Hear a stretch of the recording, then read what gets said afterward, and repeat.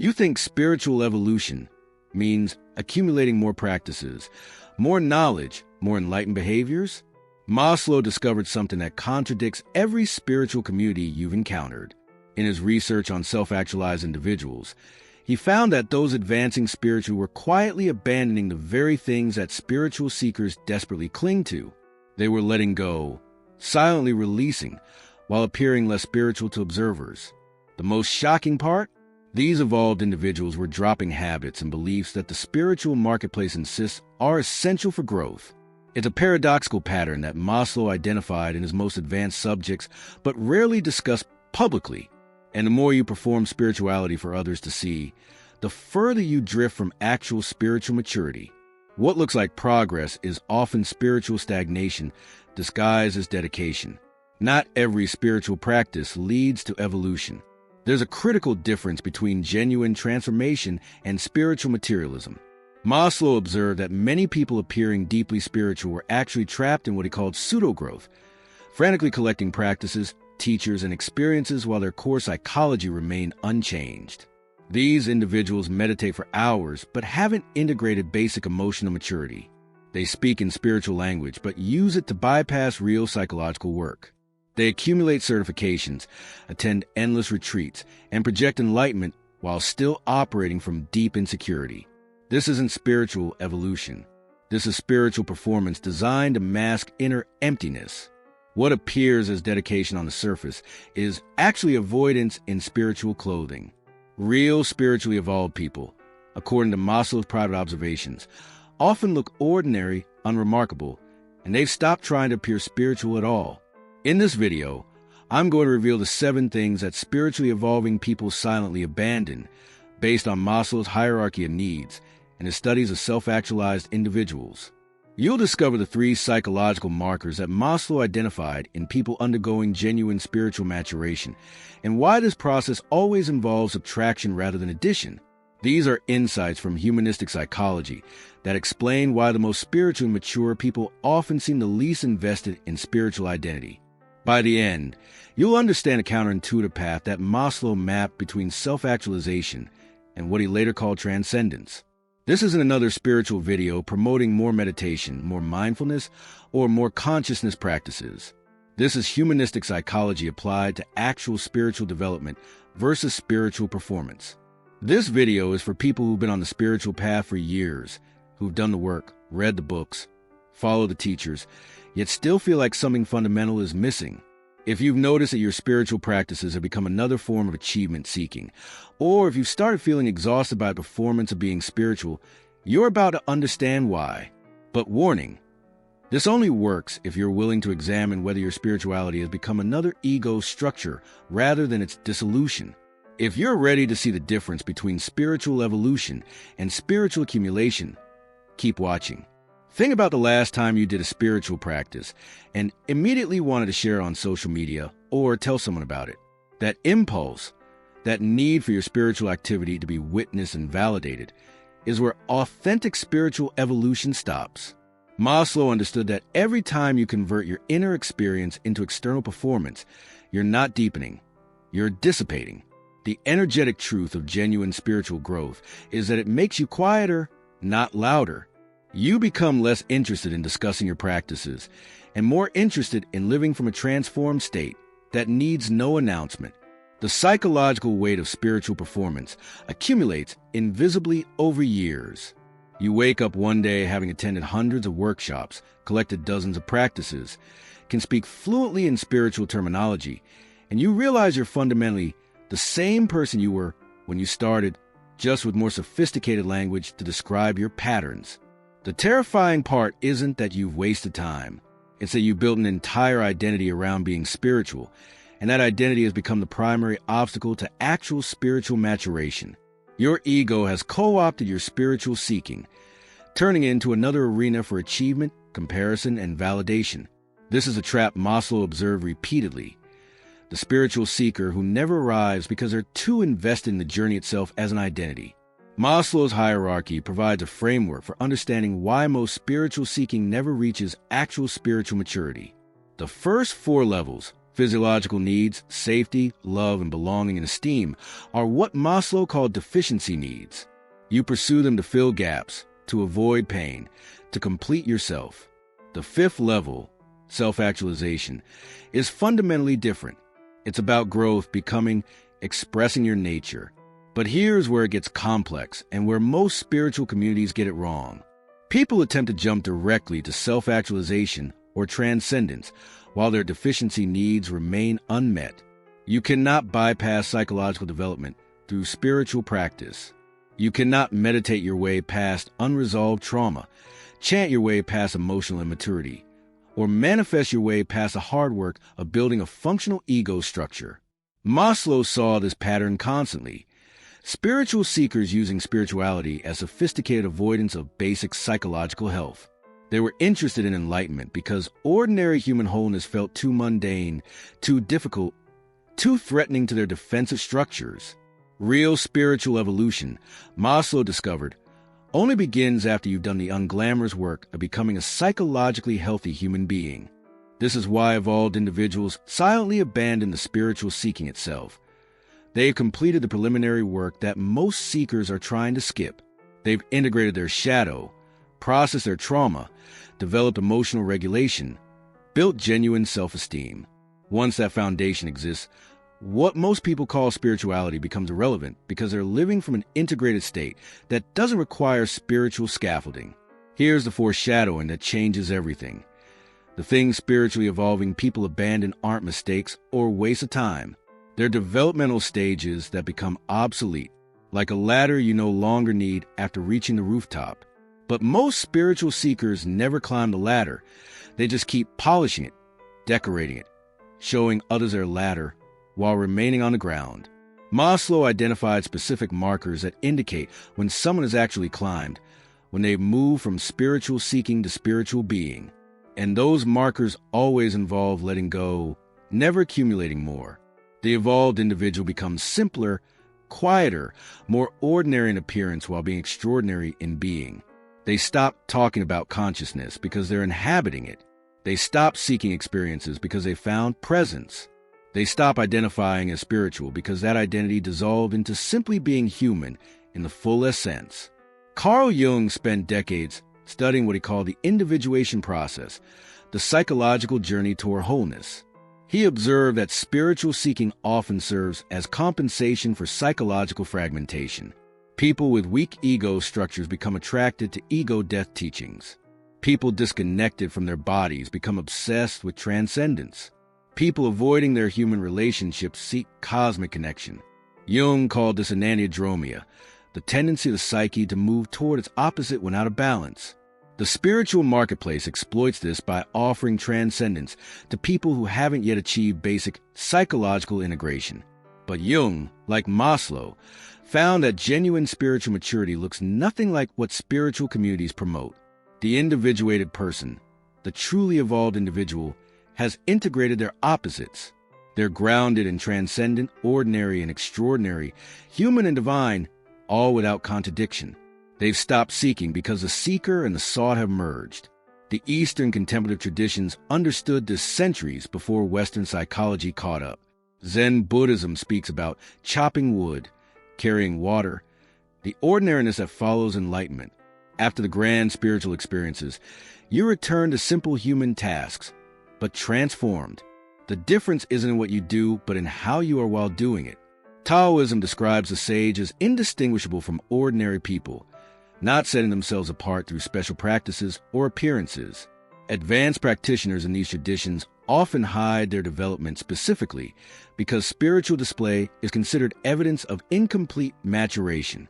This insider knowledge rarely reaches Western spiritual communities, which are built on visibility, marketing, and the performance of consciousness. Ramana Maharshi, one of the most recognized sages of the 20th century, spent decades sitting in silence. He wasn't teaching elaborate practices or promoting complex philosophies. He simply was, and that presence transformed those who encountered it more than any technique ever could.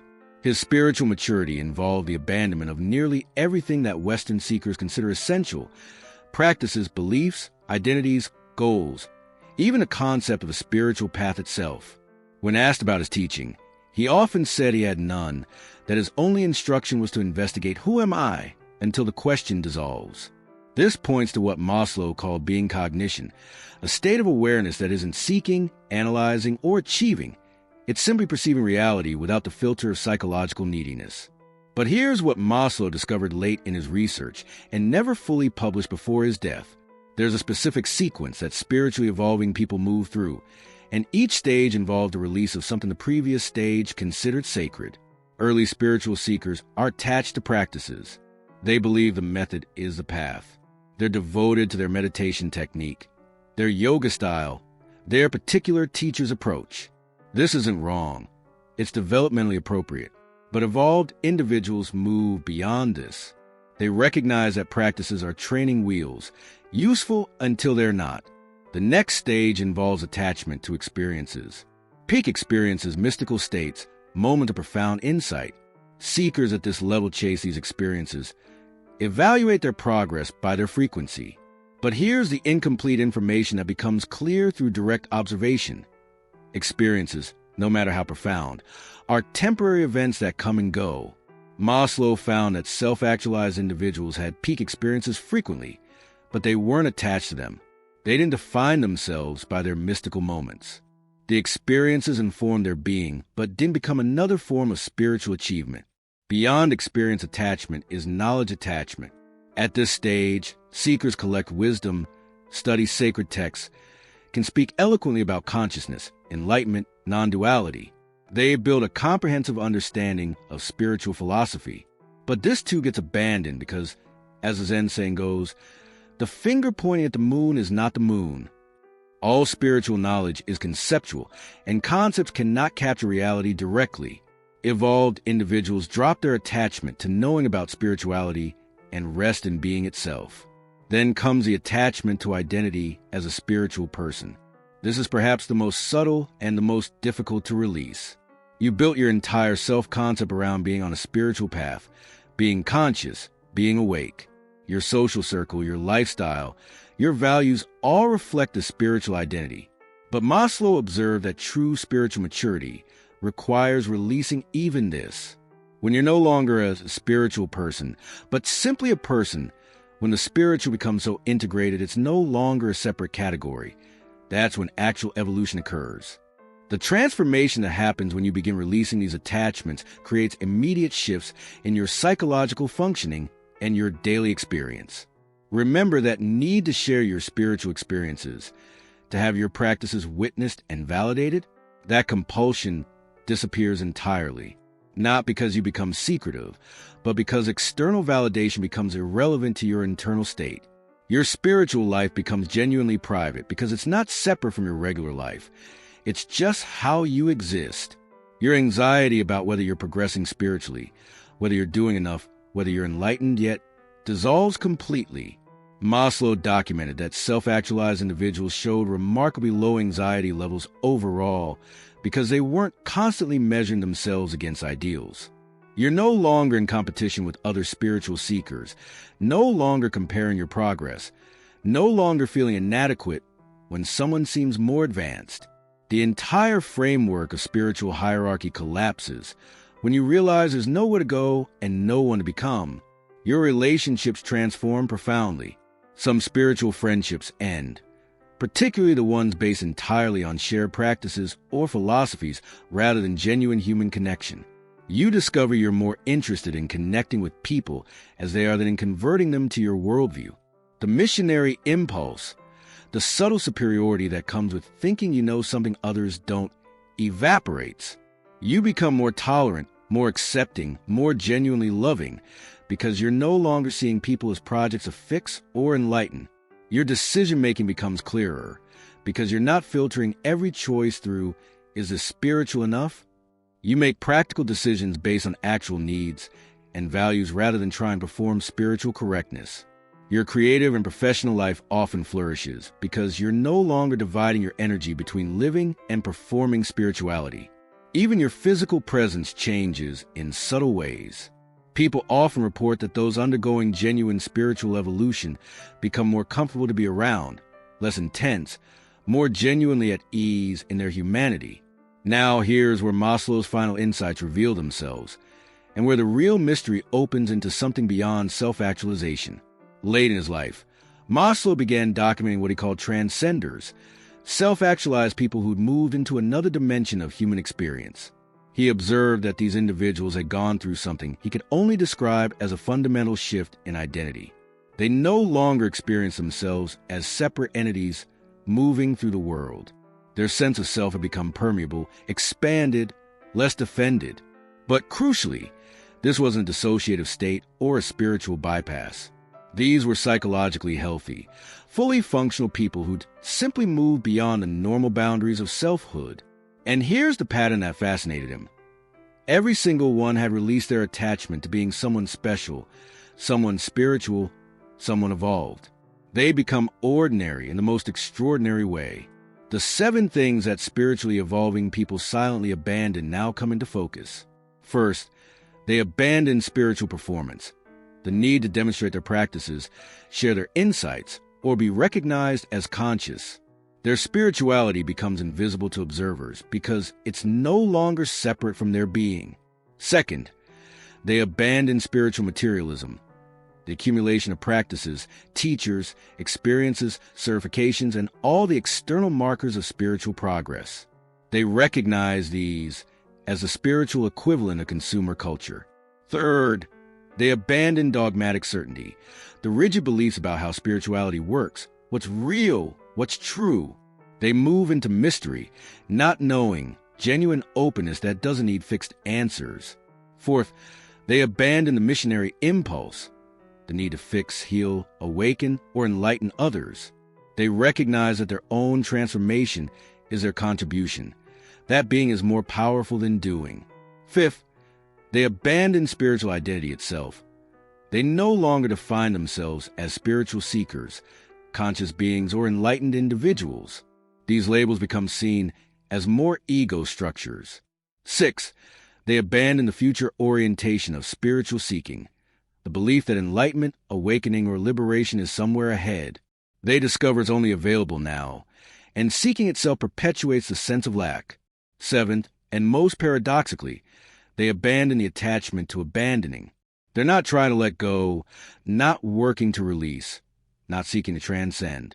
The entire effort structure dissolves into simple presence. These aren't steps to follow or stages to achieve. They're natural sheddings that occur when psychological maturation combines with genuine spiritual inquiry. You cannot force them, cannot fake them, cannot skip to them through technique. But you can recognize when they're happening in your own experience. The signs are subtle. You find yourself less interested in spiritual content, less motivated to attend events, less concerned with your progress. You might worry you're losing your spirituality, but actually you're integrating it so completely it becomes invisible. You're not abandoning your spiritual development. You're graduating from the need to develop into simply being developed. If you felt this happening, if you've noticed yourself naturally pulling back from spiritual performance while feeling more genuinely present, you're not regressing. You're evolving into what Maslow called a being level of human existence. In the next video, I'm going to reveal Maslow's unpublished observations on what lies beyond transcendence, the final stage he was researching when he died, and why it involves embracing your humanity rather than transcending it. Until then, notice what spiritual attachments you're naturally releasing without forcing. The evolution is already happening. Your awareness of it is what allows it to complete. Subscribe if you want to understand the full psychology of spiritual maturation that modern spirituality never explains.